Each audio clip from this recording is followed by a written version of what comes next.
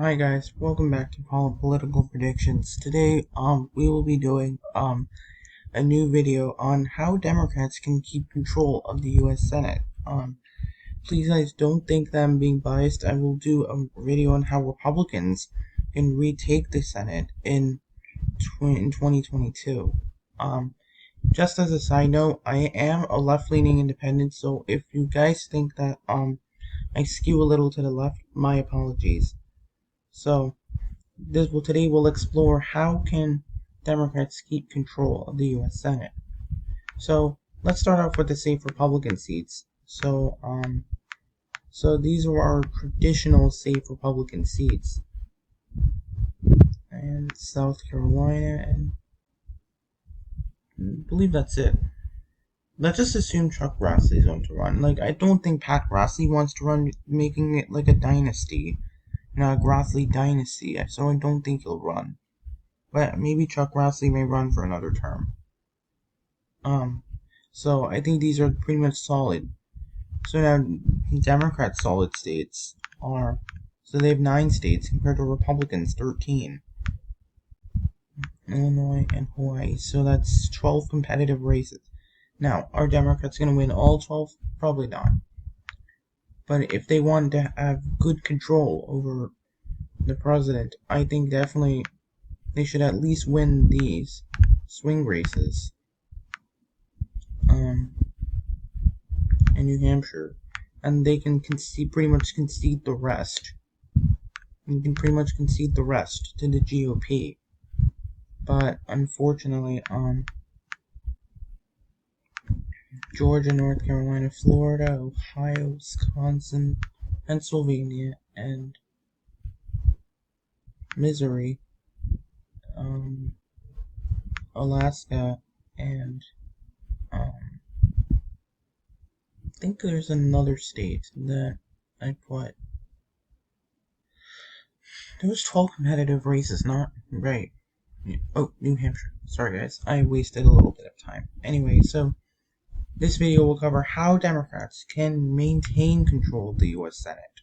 So right now, Democrats have a razor thin 50-50 margin. So here's the current composition of the U.S. Senate.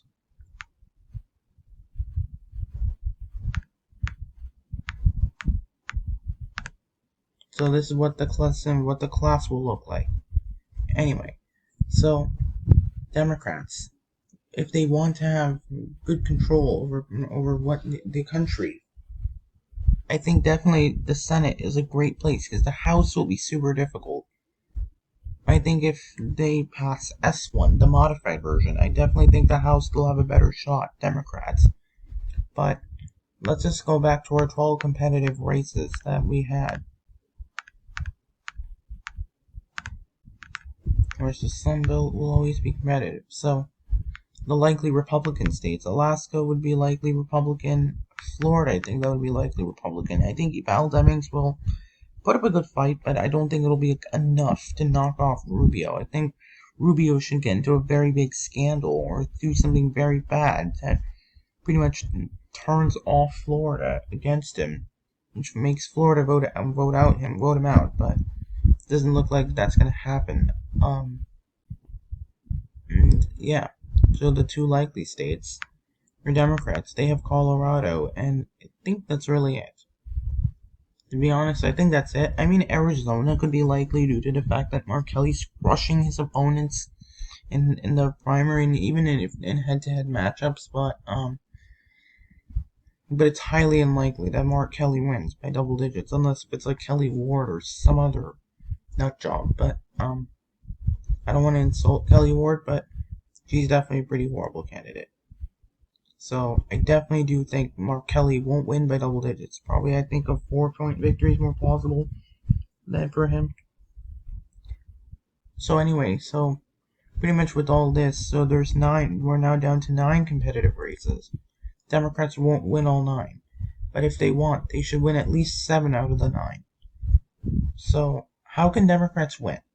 Well, key factors, progressive messaging. If we take a look at Florida, let's go to the 2020 election results. NYT. let's take a look at the Florida election results. You can see here. And there it goes.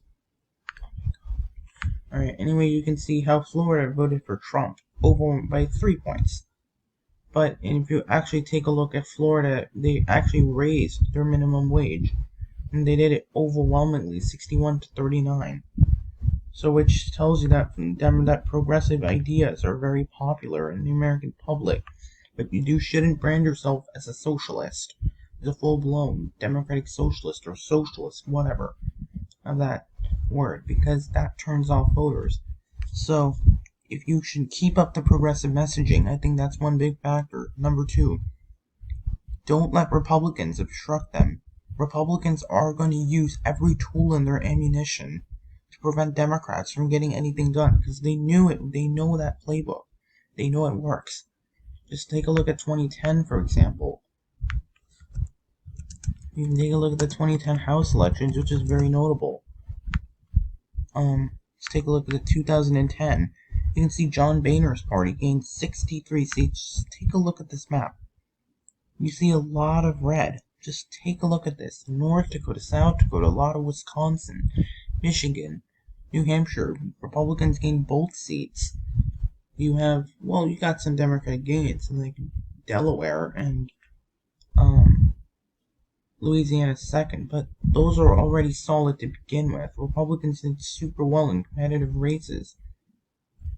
You can see Republicans picked up a seat pretty much almost everywhere, except Iowa. Pretty much almost everywhere, except Iowa and certain Utah, Nevada, and California. And Republicans literally killed it in 2010. And if you look at the 2010 Senate elections, the reason why Republicans did very well in 2010 was because they were able to campaign. They stopped Democrats from doing anything, and that allowed them to campaign saying how Democrats are weak and ineffective without acknowledging that they are obstruction. So I think Democrats should take a very hard stance against the Republicans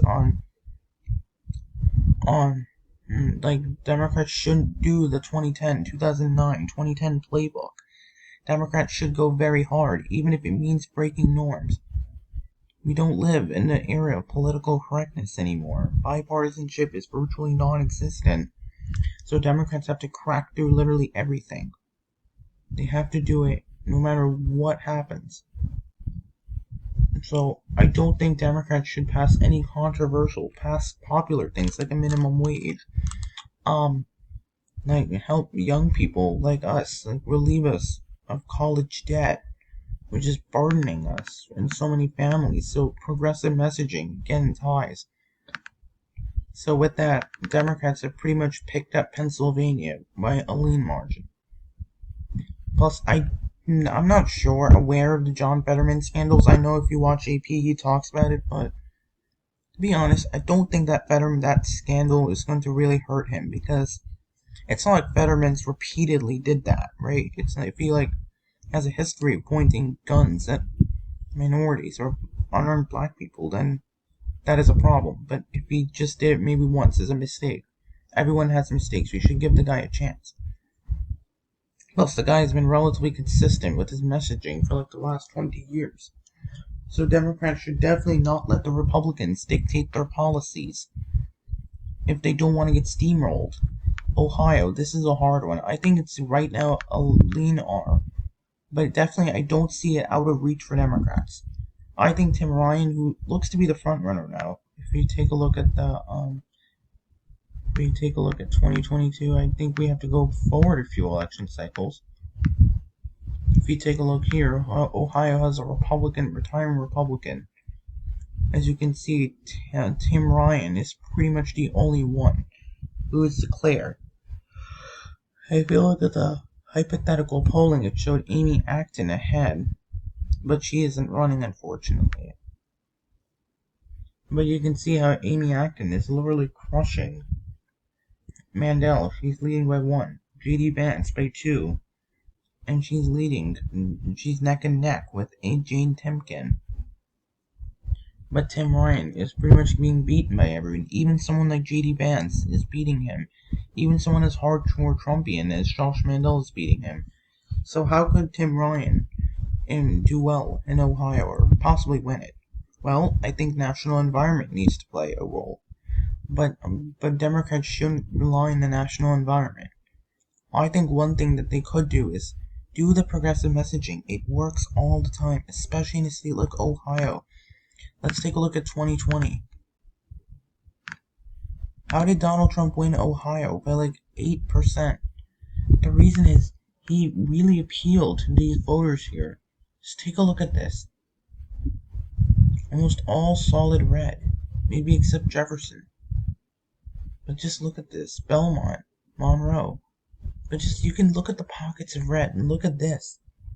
You can see how much less blue Summit County became. We can pretty much see. We can take a look at Ohio in 2018 Senate election. MIT.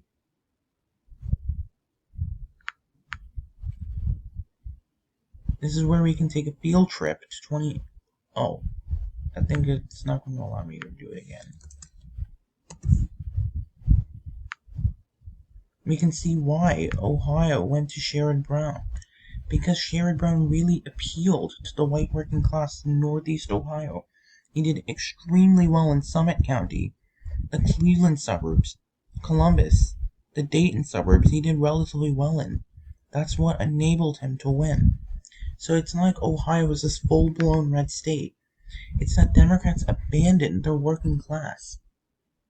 If Democrats use progressive messaging, such as like free college, if they use messaging this, we'll raise your wage, we'll give you health care, and attack Republicans on like things like health care, think Republicans, and don't use the, and Democrats need to be hard on the campaign trail. They shouldn't be like, oh, we're a Republican, but a little nicer.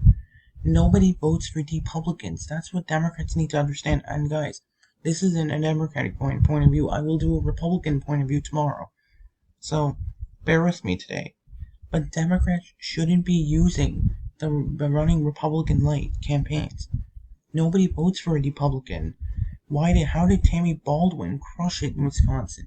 She ran as a progressive, and she stayed true to it. That's how she crushed her opponent, despite Donald Trump winning. So, I think the Midwest really lies on progressives. In the South, Democrats should also not maybe tone down the progressive message, because the South, for some reason, doesn't like progressives. It somehow doesn't like progressives for some reason, but I don't live in the South, so I don't know why. I can't dictate its politics. But so these are my ratings to the map, and I think North Carolina will be tilt R. But how the Democrats have opportunity to win in North Carolina. How they can do it. One, they have to do much better in the Raleigh suburbs. Raleigh is not large enough to outvote the state. Charlotte isn't large enough. Greensboro is not large enough. Democrats should use progressive messaging, but tone it down. They should try to they should appeal to Democrats. Don't try to pander to Republicans. It doesn't work. You can have crossover support and still lose. That's what happened to Mary Landrieu in 2014. Well, she had good crossover appeal. We're now in a time of everything is political football. Democrats, so my main takeaway is Democrats should, 1, keep up the progressive messaging, 2, not let Republicans dictate the playing stage. Because when they do that, that allows Republicans to go on the campaign trail next year and say how Democrats are ineffective in the Senate. Without mentioning that the fact that it's their obstruction. Democrats need to go not play the Mr. Nice Guy. They played it once, steamrolled. Democrats can, and I urge Chuck Schumer to do everything in his power, even if it means breaking some norms. Look at how Mitch McConnell did that.